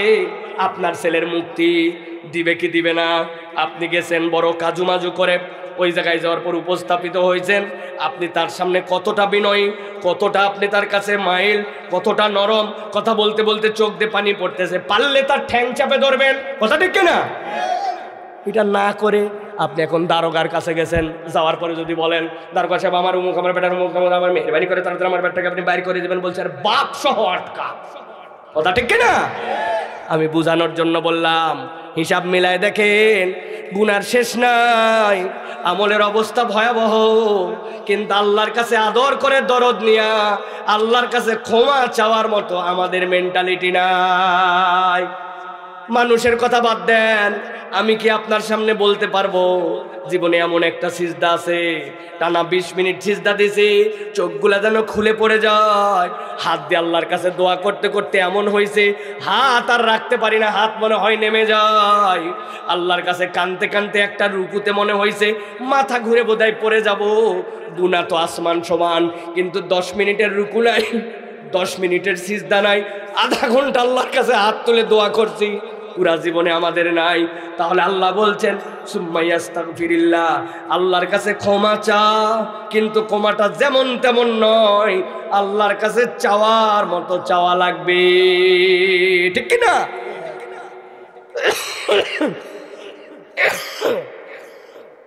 তাহলে ক্ষমা লাভের দ্বিতীয় উপায়, আজকের থেকে সিদ্ধান্ত নিতে হবে আল্লাহর কাছে ক্ষমা চাওয়ার মতো চাওয়া লাগবে। কি মুরব্বীরা রাজি আছেন তো? 3 নম্বরে আল্লাহ বলছেন নবী জানায় দেন, বান্দা যদি আল্লাহর কাছে ক্ষমা পেতে চায় তাহলে বান্দাকে আল্লাহর কাছে তওবা করা লাগবে। অনেকেই ভাবতেছেন ক্ষমা তো চাইলাম, এর সাথে আবার তওবা কেমনে মিলল, তওবা আবার কোত্থেকে আসলো? ক্ষমা এক জিনিস, তওবা এক জিনিস, ভালো করে বোঝেন। আল্লাহ কোরআনে বলছেন, ও দুনিয়ার মানুষ, তুবু ইলাল্লাহি তাওবাতান নাসুহা, আল্লাহর কাছে তওবা করো, তওবায়ে নাসুহা করো। নাসুহা মানে কি? এটা কি কোনো মহিলার নাম? জি না। নাসুহা শব্দটা 2টা আরবি শব্দ থেকে আসছে, হয় এটা নাসাহাতুন থেকে অথবা নাসহাতুন থেকে। নাসাহাতুন থেকে যদি আসে তাহলে বললে বুঝবেন, আপনি দেখবেন আপনার ছেলের বাচ্চা হবে, আপনি দাদা হবেন, নানা হবেন, নানিদের প্রস্তুতি, দাদিদের প্রস্তুতি আছে, আপনার পুরাতন লুঙ্গি, আরেকটা হচ্ছে পুরাতন শাড়ি, আরেকটা হচ্ছে বিছানার চাদর, সবগুলাই পুরাতন, টান দিবেন চচ্চর করে ছিঁড়ে যাবে। কিন্তু তিনটা দিয়ে জড়ো করছে, বড় বড় টোপ ফেলায় ফেলায় প্রথমে সেলাই করছে, এরপরে ছোট ছোট ছোট ছোট করে ফোঁড় দিয়ে সুন্দর করে একটা জিনিস বানাইছে। এটার নাম গুঞ্জরে কি? কাঁথা। বললেন না যে কাঁথা? বলেন তো এই যে একটা টানলে ছিটতো, কিন্তু তিনটা যোগ দেওয়ার পরে সেলাই দেওয়ার পরে ছেড়ে তো না। আল্লাহ বলছেন আল্লাহর সাথে ভাঙা সম্পর্ক জোড়া লাগানো, ওইটাই হচ্ছে নাসাহাতুন। কাঁথা যেরকম জোড়া দিয়ে ফেলছো, আল্লাহর সাথে সম্পর্ক নষ্ট হয়েছিল, তুবু ইলাল্লাহি তাওবাতান নাসুহা, জোড়া লাগা জোড়া লাগা। আর নাসাহাতুন মানে ফিরে আসা। আল্লাহ বলছেন তওবা মানে আল্লাহর কাছে প্রতিশ্রুতি করছে, আল্লাহ অতীতে ভুল ছিল, ভবিষ্যতে করব না, আর এখন অনুতপ্ত হৃদয় নিয়ে তোমার কাছে আসলাম। আল্লাহ কোরআনে বলছেন, নবী জানায় দেন, ওয়া হুয়াল্লাযী ইয়াকবালুত তাওবাতা আন ইবাদিহি ওয়া ইয়াফু আনিস সাইয়্যাত ওয়া ইয়ালামু মা তাফআলুন। আল্লাহ বলতেছেন ওই তিনিই তো আল্লাহ যিনি তোমার তওবা কবুল করেন বান্দার থেকে, ওয়া ইয়াফু আনিস সাইয়্যাত, তার গুনাহ খাতাও মাফ করে দেন, ওয়া ইয়ালামু মা তাফআলুন, আর বান্দা যা করে সব খবর যিনি রাখেন তিনি কে? জোরে বললেন না, তিনি কে? আল্লাহ। আল্লাহ বলছেন তার কাছে ফেরত আয়। কবে ফেরত আসবো আমি? কবে? কতদিন পরে? ও তরুণ, ও যুবক, তোর মুখে দাড়ি নাই কেন ভাই? বিয়ের পরে দাড়ি রাখবো ভাবতেছ? কত তরুণ বিয়ের আগে মরে গেছে। মুরব্বী, আপনার পরিবর্তন হলো না এখন পর্যন্ত, দাড়ি রাখতে পারলেন না, বিড়ি ছাড়তে পারলেন না, গিবত গিল্লা বন্ধ করলেন না, কবে? বয়স হয় নাই ভাবতেছেন? না বাবা, মৃত্যুর কোনো বয়স নাই, যাওয়ার কোনো বয়স নাই, আসার সিরিয়াল আছে, যাওয়ার কোনো সিরিয়াল নাই। আল্লাহর কাছে চলে যেতে হবে কোন দিন যেন আমাদেরকে। আল্লাহ বলছেন ফেরত আয়। কত অপরাধ তোর, তুই তো 100 জন মানুষ মারিস নাই, দাহিয়াতুল করবি 100 জন মারার পরেও আল্লাহ নবী বলছেন কুলু লা ইলাহা ইল্লাল্লাহ তুফলিহুন, আল্লাহ তোমার সব মাফ করে দিবে, ফেরত আসো। তাহলে আমরা কবে ফেরত আসবো ভাই? তুমি এখনো বেনামাজি ভাই, কবে নামাজ ধরবা তুমি? জুম্মা যে আল্লাহর নির্দেশে পড়ো, ওই আল্লাহর নির্দেশে তুমি ওয়াক্ত পড়তে পারলে না, তুমি মোটরসাইকেল বাজি করে বেড়াও, বন্ধু বান্ধবদের আড্ডা দিয়ে বেড়াও, তোমার পিতা অমুক তমুক বিদেশ থাকে, ওইটার ফুটানি তুমি করে বেড়াও, প্যান্ট নতুন, জামা নতুন, মোবাইল বাজি করো, লোকজন তোমার সামনে বলতে পারে না, কিন্তু তুমি চলে যাওয়ার পরে মুরব্বীরা পিছনে বলে বেয়াদবের বেয়াদব, বলে কিনা? তোমার চুল কাটা দেখে বলে বেয়াদব, তোমার হাঁটা দেখে বলে বেয়াদব, তোমার বিড়ি খাওয়া দেখে বলে বেয়াদব। তোমার বাপরে বলতে পারে না, কিন্তু তোমারে বলে, আমারে বলে। অতএব ভাই, আল্লাহর জন্য পরিবর্তন হতে হবে। এর নাম তওবা। তওবা মানে এরকম কিছু না, তওবা মানে ফেরত চলে আসলাম, ভুল তো হবেই, কিন্তু আমি ফেরত আসছি। প্রিয় ভাইরা, যার কবরে সে যাবে, তোমার বন্ধু তোমার কবরে কিচ্ছু উপকার করতে পারবে না। আজকে তুমি যার খপ্পরে পরে বিড়িখোর হইছো, যার খপ্পরে পরে গাঁজাখোর হইছো, যার খপ্পরে পরে তুমি বাজে জিনিস দেখো, যে তোমারে মোবাইলে জুয়া খেলায়, যে তোমারে মোবাইলে বাজে জিনিস দেখায়, যে তোমারে জিএফ বিএফ নিয়ে আলোচনা করে পরামর্শ দেয়, ও তোমার কবরে কোনো 1 পয়সাও কাজ দিবে না, ও বরং তোমার থেকে আরো দূরে সরে যাবে। ওই দিন যাওয়ার পরে বলতে শুরু করবে, ইয়া ওয়াইলাতা লাইতানি লাম আত্তাখিজ ফুলানান খলিলা, ওই বেককলরে আমি বন্ধু না বানাইলে আজকে বাইচে যেতাম। ওই দিন তোমারে আরো অভিশাপ দিবে। পরিবর্তন হও ভাই। কুমিল্লা অঞ্চলে কাঁচা পয়সা, বিদেশে থাকে বেশিরভাগ মানুষ, আর এখানকার ছেলেপেলেরা উদ্ভট জীবনযাপন করে, শীতে মরে যায়, তাও ফুটানি করে পকেটের মধ্যে চুচুত করে হাত দিয়াও, গায়ে জামা পরবে না, বুঝাচ্ছে হ্যাঁ আমার কোনো শীত লাগে না। এই ফুটানি করে লাভ কি তোমার? এই মুড দেখায় লাভ কি তোমার? এই মুডের কোনো দাম নাই ভাই। আল্লাহর জন্য নিবেদিত হও। সাহাবায়ে কেরামের জীবনী পড়ো, দেখো তোমার আমার থেকে ছোট ছোট বয়সের মুআজ, এরা ইসলামের জন্য কি ডেডিকেটেড ছিলেন, এরা কিভাবে নিজেদের জীবন উৎসর্গ করে দিয়ে আল্লাহর নবীর প্রিয় সাহাবী হয়ে গেছেন। সুবহানাল্লাহ। আল্লাহ নবী তরুণদের জন্য, ইয়াংদের জন্য, যুবকদের জন্য আল্লাহ নবী সাল্লাল্লাহু আলাইহি ওয়াসাল্লাম যে পরিমাণ ভালোবাসা দেখাইছেন, কেউ আর এই ভালোবাসা দেখাতে পারে? মুরব্বী তো মসজিদে যাবেই, এই মুরব্বীর কাম কি? আর কোনো কাম নাই, অনেক ঘরেই পোষে না, বাড়ির থেকে বলে যাও তো বাড়ালে বাসি, খালি ফসর ফসর করো তুমি। হে তো বেকায়দাই পরে মসজিদে যায় বসে আছে, আর যাবার জায়গা নাই। চায়ের দোকানেও 1 কাপ চা খাওয়ার পরে কয় হ্যাঁ কতক্ষণ টিভি দেখবেন, অর্ডার কি আর দিবেন কিনা চিন্তা করছে, হ্যাঁ নেও শান্তি নাই, হ্যাঁ বেকায়দাই পরে মসজিদে গেছে। আর তোমার আমার ঘোরার কোনো জায়গার অভাব নাই, রক্ত গরম আছে, যেখানে ইচ্ছে সেখানে যেতে পারি, বাইক দাবড়াতে পারি। এই মুরব্বী কি ইয়ামাহা এফজেডএস উঠাই দিলেও চলতে পারবে? আর হাড্ডি হুড্ডি সব খুলে পড়ে যাবে। আল্লাহ আমার যৌবন দিছে, আমার পাওয়ার দিছে, সেইখানে আমি আল্লাহর জন্য নিবেদিত হয়ে গেছি, সেইখানে আমি নামাজের সময় মসজিদে হাজির হয়ে গেছি, সেই সময় আমি মিথ্যা বলি না, সেই সময় দাড়ি রেখে দিছি, সেই সময় টাকনুর উপরে আমার প্যান্ট উঠাই ফেলছি, সেই সময় বাপমায়ের সাথে আদব বলা হয়েছি, সেই সময় মুখের দাড়ি ছেড়ে দিছি, সেই সময় আমি আল্লাহর জন্য নিবেদিত হয়ে গেছি। কেবলমাত্র বছরে একটা মাহফিল করি না, এলাকায় মক্তব কিভাবে চালানো যায়, মুরব্বীদেরকে কোরআন শিক্ষা দেওয়া যায়, মহিলাদেরকে কোরআন শিক্ষা দেওয়া যায়, নামাজ শিক্ষার কার্যক্রম কিভাবে চালানো যায়, কিভাবে অসহায়দেরকে স্বাবলম্বী করে দেওয়া যায়, কিভাবে অসহায় মানুষের বিবাহে তাদের জন্য হেল্প করা যায়, ঋণগ্রস্ত কারা আছে তাদেরকে মুক্ত করে যায়, 10 জনকে 10টা এমন জিনিস দান করে দেওয়া যেটার দ্বারা সে কর্মসংস্থানে চলে যাবে, এই প্ল্যান করা যায়। এলাকাকে কিভাবে আলোকিত করা যায়, কিভাবে তরুণদের মধ্যে শিক্ষা কার্যক্রম বাড়ানো যায়, কিভাবে এই মানুষগুলোর দ্বারা রাস্তাঘাট পরিষ্কার করা যায়, কিভাবে রাস্তাঘাটগুলো যতটুকু নষ্ট হোক নিজ উদ্যোগে এটাকে ঠিক করা যায়, কিভাবে আমরা আমাদের এলাকাকে আলোকিত করব, এই ফিকির না তোমার থাকবে। সাথে সাথে খালি ধান্দায় আছে বিদেশ যাব, কবে ভিসা হবে যাবে, খালি কয়ে বেলায় কি ব্যাপার, কি প্ল্যান, কয়ে দোয়া করেন হুজুর বিদেশ যাব। বিদেশ যাওয়া তোমার একমাত্র টার্গেট জীবনে। কত লোক তো ভিসা পিসা সব নিয়ে এয়ারপোর্টে যায়, দেখে হাউমাউ করে কানতেছে, কি হয়েছে, কয় আমারে কিসে কিসে না আটকায় দিছে হুজুর, আর যাওয়া গেল না, সব টাকা পয়সা মার গেল। এই গল্প শোনো নাই তুমি? জীবনকে আটকায় থাকবে না, তওবা এর নাম, ফেরত আসার নাম। ও ভাই, একভাবে তোমার জীবন চলতে পারে না, তুমি ঠান্ডা মাথায় চোখ বন্ধ করে ভাইবো ঘুমায় গেছো, পরের দিন হয়েছে তোমার চোখ খুলছে, তাহলে সকাল। আর যদি চোখ না খোলে পরের দিন তোমার পরকাল। চোখ খুলছে সকাল, চোখ বন্ধ পরকাল। 12 বছর বিয়ে করছে, বাচ্চা হয় না, 12 বছর, 7 বার হজ করছে, কানায় কাবার গিলাপ ধরে কানছে, আল্লাহ একটা বাচ্চা দিছে। বাচ্চার বয়স 12 বছর। কি নয়নের মণি, কল্পনা করছেন? বাচ্চাটা তার হেফজোখানায় দিছে, 7 পারা হাফেজ হয়ে গেছে। হঠাৎ করে বিকালবেলা জ্বর, বাপ টেনশনে পড়ে গেছে, ডাক্তারকে ফোন দিছে, ডাক্তার বলছে যে পরিমাণ ডেঙ্গু হচ্ছে হাসপাতালে নিয়ে যান, যে ব্লাড টেস্ট করে রিপোর্টটা মানে হোয়াটসঅ্যাপে পাঠায়। হাসপাতালে নিয়ে গেছে, লাফাতে লাফাতে গেছে। কি সাহস!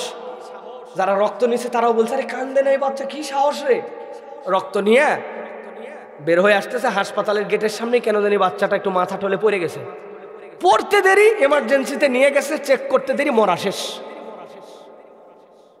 12 বছর বিয়ে, 12 বছর পরের সন্তান, 12 বছর বয়স, 12 মিনিটের মধ্যে বিদায়। পৃথিবীতে কোনো শক্তি আছে ওর বাপ পারে সান্ত্বনা দিবে? সান্ত্বনা দিতে পারবে কেউ? এরকম মৃত্যু তো চোখের সামনে সকাল সন্ধ্যা খবর পাচ্ছি। কেন আমি সতর্ক হচ্ছি না? কেন আমি ভাবতেছি না? কেন আমি ভাবতেছি না যে আমার মৃত্যু হতে পারে? আমার ওস্তাদ আব্দুল্লাহ জাহাঙ্গীর রাহিমাহুল্লাহ বলতেন, নিজেকে দিয়ে ওসমান রাদিয়াল্লাহু তাআলার কবরের সামনে গেলে কানতেন। এই ওয়াজ কে না জানে? এই ওয়াজ আমি সাইফুল্লাহও করি, আব্দুল্লাহ জাহাঙ্গীর রাহিমাহুল্লাহ করছেন। স্যার বলছেন ওসমানের এই ওয়াজ শুনায় লোকের কাছে বলি, কিন্তু আমি আব্দুল্লাহ জাহাঙ্গীর কোনোদিন ভাবলাম না যে এটা তো আমার জন্যও কবর হবে, তাহলে আমারও ভাবা দরকার। তো ওসমানের ওই গল্প শুনে আমার তাহলে লাভ কি হলো? কথা বলেন ভাই, কথা বলেন। তাহলে তওবা করা লাগবে তো ভাই, আল্লাহর কাছে ফেরত আসবো তো ভাই। কবে থেকে? সামনে রমজান থেকে ইনশাল্লাহ, তাই তো না? সামনে রমজান থেকে ইনশাল্লাহ। এই হজটা খালি শেষ করি, এবার দেখিস কেমন আমি হাজি সাহেব খালি হজ একবার করে আসি, তাই তো না? বেটির বিয়ে খালি দেই, তারপরে দেখে নেস তুই 3 চিল্লায় বাড়ায় দেবো নাকি? না না, ফজর থেকে। কখন থেকে? তাহলে এটা গেল 3 নম্বর, মনে থাকবে তো? 4 নম্বরে আল্লাহর কাছে যদি ক্ষমা চাই, ক্ষমা লাভের 4 নম্বর উপায় আল্লাহ বলতেছেন তাকওয়া অর্জন করে ফেলো। তাকওয়া অর্জন, তাকওয়া যার সাথে আছে অটোমেটিক তার জীবনে ক্ষমা আছে।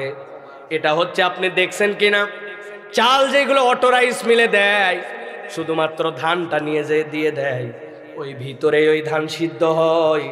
ওই পাইপের মধ্যে আপনি বুঝবেন না যে এত উঁচু কেন পাইপ, আসলে এটা একটা টাইম ডিউরেশনের জন্য এটা বানাইছে।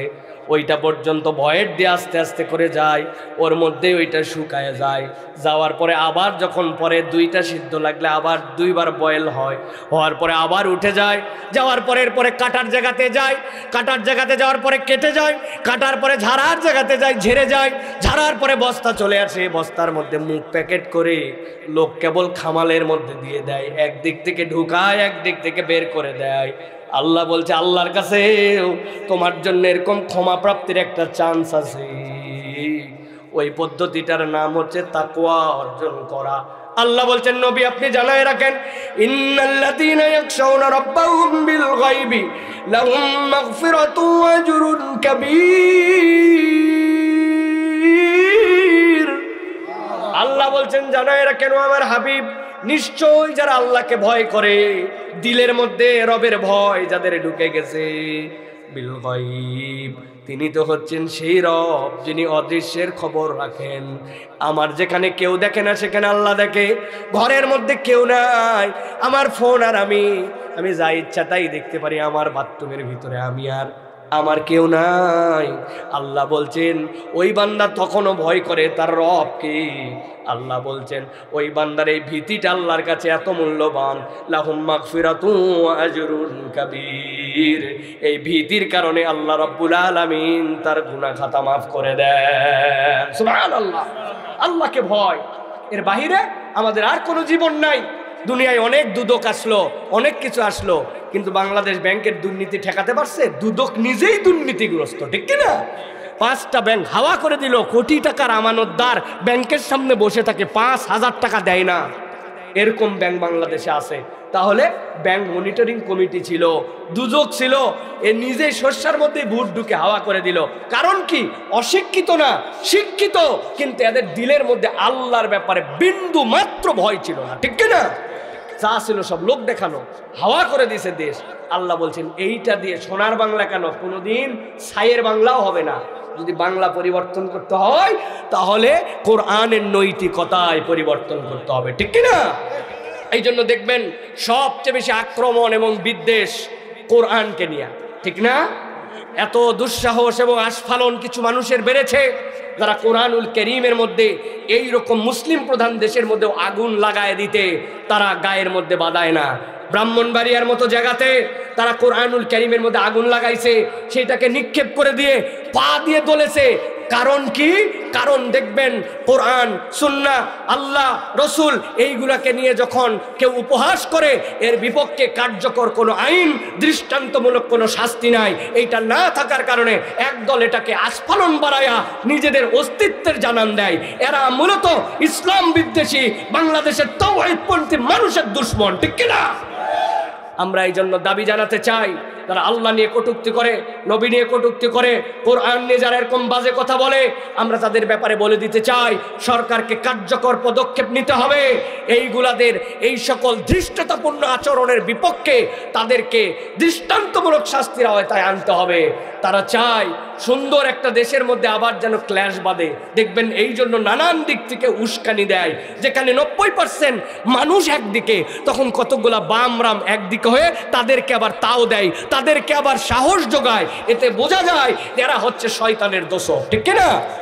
সাম্প্রতিক সময়ে এরকম ঘটনা ঘটেছে। আজকে পর্যন্ত ব্রাহ্মণবাড়িয়ায় এরকম দুঃসাহস দেখাইছে।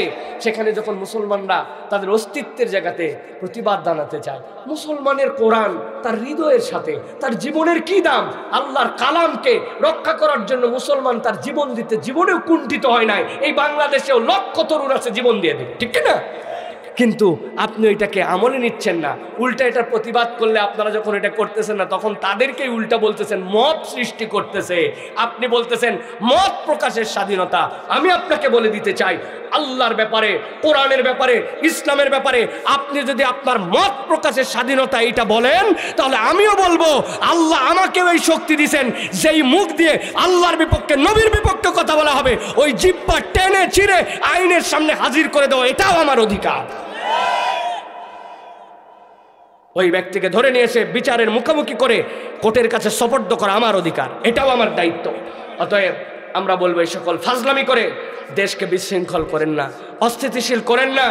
এই মানুষগুলোকে চিহ্নিত করেন, নানান দিক দিয়ে তারা এখন ফোঁস ফোঁস করতেছে কেবল দংশন করার জন্য। আমাদেরকে সজাগ থাকতে হবে। তবে মনে রাখতে হবে, সবার আগে ঈমান, সবার আগে আল্লাহ, সবার আগে কোরআন, সবার আগে মুহাম্মদুর রাসূলুল্লাহ। ওই জায়গার দাম আমার জীবনের থেকে বেশি। কে মুসলমান রেডি আছেন তো ইনশাআল্লাহ? আল্লাহ আমাদেরকে বোঝার তৌফিক দান করুন। তাহলে তাকওয়া হচ্ছে 4 নম্বর। সর্বশেষটা বলে আজকে শেষ করে দেব। 5 নম্বরে কি? 5 নম্বরে হচ্ছে দান খয়রাত। 5 নম্বরে হচ্ছে দান খয়রাত। প্রিয় ভাইরা,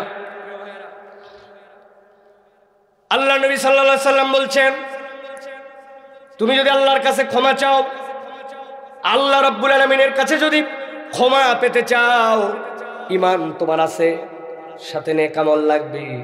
2 নম্বরে আল্লাহর কাছে ক্ষমা চাওয়ার মতো চাওয়া লাগবে। মনে আছে তো? চেয়ারম্যান সাহেবের কথা মনে আছে তো? দারোগা সাহেবের অফিসের কথা মনে আছে তো? ক্ষমা চাওয়ার মতো ক্ষমা চাওয়া লাগবে। 3 নম্বরে আল্লাহর কাছে ফেরত আসা লাগবে, আসার মতো ফেরত আসা লাগবে। আর 4 নম্বরে তাকওয়া অর্জন করতে হবে। সর্বশেষ আল্লাহর নবী সাল্লাল্লাহু আলাইহি সাল্লাম বলছেন, আল্লাহর কাছে বান্দা যদি ক্ষমা পেতে চায়, আল্লাহর জন্য বান্দাকে সাদাকা করা লাগবে। ওয়া মিম্মা রাযাকনাহুম ইউনফিকুন, আল্লাহর দেওয়া রিজিক থেকে বান্দা আল্লাহর জন্য খরচ করবে। আল্লাহর জন্য যদি দান করে, রব্বুল আলামিন বান্দাকে অটোমেটিক মাফ করে দেন। কেমন দানবীর ছিলেন নবীজি? নবীজি সাল্লাল্লাহু আলাইহি ওয়াসাল্লামের ব্যাপারে সবচেয়ে বাজে কথা যেটা, সেটা আমাদের নবী গরিব ছিলেন। নাউজুবিল্লাহ বলেন। আমার নবী আল্লাহ রাব্বুল আলামিন যুদ্ধলব্ধ মালের 5 ভাগের 1 ভাগের সম্পদের মালিক বানাইছেন আমার নবীকে। যেই যুদ্ধ না করেই জিতে গেছে মুসলমানরা, ওইটার সম্পদ আরো বেশি আল্লাহর নবীর। আল্লাহ নবী সাল্লাল্লাহু আলাইহি ওয়াসাল্লাম এত বেশি সম্পদ তার কাছে ছিল। আল্লাহ নবী সাল্লাল্লাহু আলাইহি সাল্লাম গরিব ছিলেন না, কিন্তু তিনি হালতটাকে গোড়া বানাই হিসাবে গ্রহণ করে নিয়েছিলেন। নবীজির কাছে একজন মহিলা সাহাবী আসলেন, ইয়া রাসূলুল্লাহ, আপনার জন্য একটু হাদিয়া নিয়ে আসছি। এত বড় বাটি যেটা উপর থেকে ঢাকনা উঠাইছে, ভিতরে দেখে 2টা খেজুর আর একটা আরবের কালো শশা।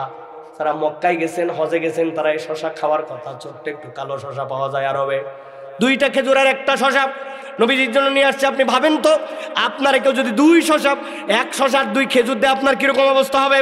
কিন্তু তার যা সামর্থ্য আছে তাই নবীজির সামনে হাজির করছে। নবীজি খুশি মনে 2 হাত দিয়ে আদর করে গ্রহণ করে নিয়েছেন। নেওয়ার পরে সাইয়েদনা বেলালকে ডাক দিয়েছেন, বেলাল, আমার যে খাজানখানার মধ্যে আমার যে সম্পদ আছে সেটা নিয়ে আসো তো। নিয়ে আসছেন বেলাল রাদিয়াল্লাহু তাআলা আনহু। আল্লাহ নবী 2 খেজুর নিয়ে, একটা শশা নিয়ে 1 মুঠ হাতের মধ্যে ঢুকাই দিয়েছেন। যতগুলা সোনা দানা, মালা, চেন, চুড়ি যা উঠছে সবগুলা বাটির মধ্যে দিয়ে বলছেন, এইটা আমার পক্ষ থেকে তোমার জন্য হাদিয়া। সুবহানাল্লাহ। রমজান মাসে আল্লাহর নবীর দান ওই মরুভূমির বাতাসের থেকে বেশি হয়ে যেত। একজন এসে বলছে, আমাকে মুহাম্মদ সাল্লাল্লাহু আলাইহি ওয়াসাল্লাম কিছু আপনি দেন, কিছু ছাগল বকরি দেন, বড় অভাব আমাদের। আল্লাহ নবী বলছেন, ওই যে ছাগল নিয়ে যাও। ছাগল সামনেরটা দিছেন, পিছনের পাল তার সাথে রওনা হয়েছে। বুখারীর হাদিসের মধ্যে আসছে, 2টা পাহাড় 2 দিকে ছিল, মধ্যে একটা উপত্যকা ছিল। পুরা উপত্যকাটা দেখা গেছে কালো হয়ে গেছে। আল্লাহ নবী একবার বলছে, আমাকে দান করো। আল্লাহ নবী সাল্লাল্লাহু আলাইহি ওয়াসাল্লাম এত হাজার হাজার বকরি তাকে দান করে দিয়েছেন। সুবহানাল্লাহ। সেই নবীর উম্মত কুনজুস, নিজের ক্ষমা চাওয়ার জন্য দান করা লাগবে। পকেট থেকে টাকা বের হয় না, চিন্তা করে এইটা আমার মালিক, আমি সব সময় কথা বলি। প্রিয় ভাইরা, একবার যদি বান্দা চিন্তা করে কেমনে আপনি এই সম্পদের মালিক হলেন। আপনি যে বলেন পানি নিচ থেকে তুলে তুলে আমি আবাদ করি, নিচে কি আমার বাপ দাদা পানি রিজার্ভ করে রাখছিল? হ্যাঁ, এই যে ঘাস যেটা আছে এটার মধ্যে একটা ইট বিছাই রাখেন, একটা হুগলা তুলবেন না 5 দিন, উপর থেকে রোদ না আসলে এই হুগলার নিচে দেখবেন হলুদ হয়ে গেছে। সূর্য যদি আল্লাহ একদিন না দিত তাইলে আমার অবস্থা খারাপ। শেষের দিকে কয়দিন বৃষ্টি হয়েছে, কুমিল্লার লোকের মন খারাপ, আমাদের আবারটা নষ্ট হয়ে গেল, মাঠটা ক্যাতক্যাতা হয়ে গেল। আল্লাহ যদি 5 মিনিট আকাশ থেকে কেবল বরফ বৃষ্টি করতো, ছোট্ট ছোট্ট পাথর আসতো, আপনার ক্ষেত মিশে ধুলিস্যাৎ হয়ে যেত। আল্লাহ বলছেন, ওমিম্মা রাযাকনাহুম ইউনফিকুন, আমি বান্দা তোরে দেই আর তুই সেখান থেকে খরচ করিস না।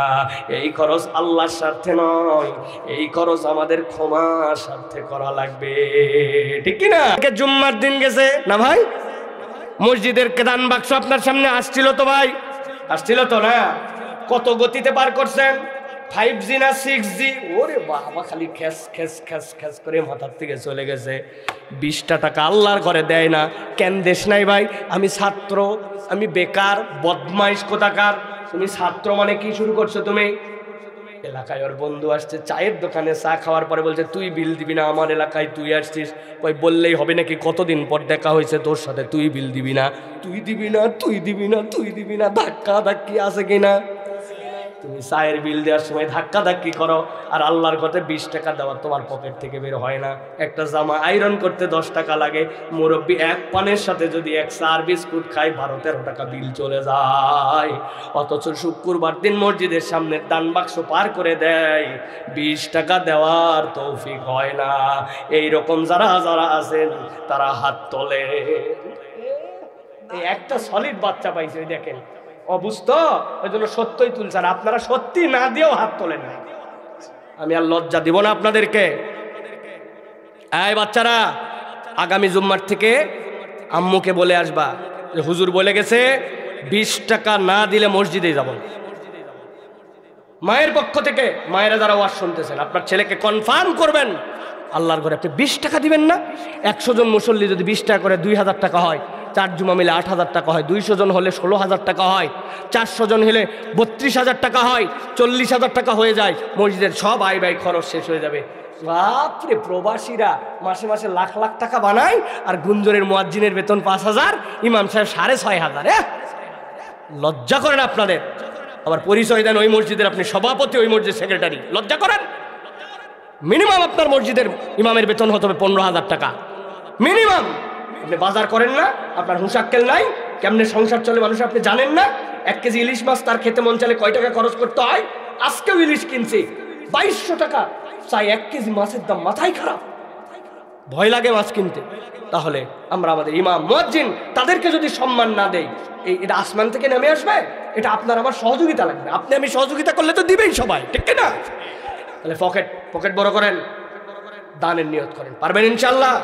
আল্লাহ আমাদেরকেও কবুল করে। এটা ক্ষমা চাওয়ার জন্য হযরতে আলী রাদিয়াল্লাহু তাআলার একটা স্বভাব ছিল জানেন।